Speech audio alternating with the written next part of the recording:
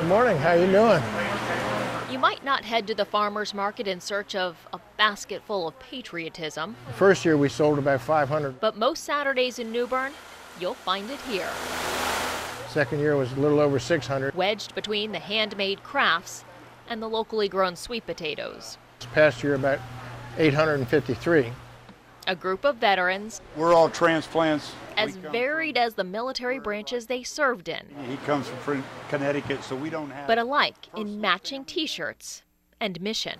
Our goal is to sell one wreath for every headstone in New Bern National Cemetery. That's 7,517 headstones that rest in ordered lines just off National Avenue.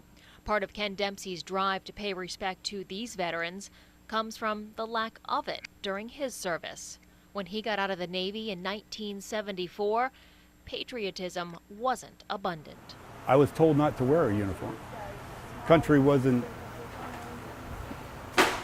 thankful, let's put it that way, for military like it is today. And some 40 years later, you could say Dempsey and this group of veterans are finding that gratitude growing here. We grew up during the Second World War. We know what it's like. And I hope there's a lot more people coming and buying these things. Yep. Yes. Thank you. Okay. Bye-bye. His dad was buried in Russia. He's from Russia, World War II vet. And her dad was buried in Germany. And they're also on a mission to make sure it continues growing for years to come. Respect the fallen, and we want to teach the young people about freedom, because freedom is not free.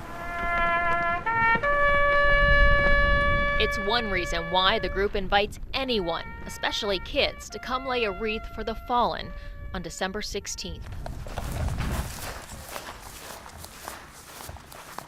Wilma Stiley plans to be there with her grandsons. To instill the patriotism in them, because I think that's what our children need these days, is to grow up that way. Just as she did, in what she says is a very patriotic family. This is a picture of my mother and father. One that included her father, a World War II Army veteran who now rests at the National Cemetery in New Bern, just a few blocks from where he grew up. We can't forget them.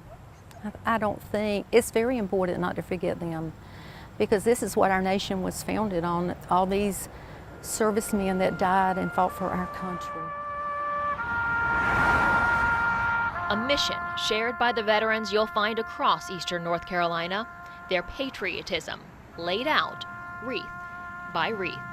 But now I'm helping veterans, and I can't help enough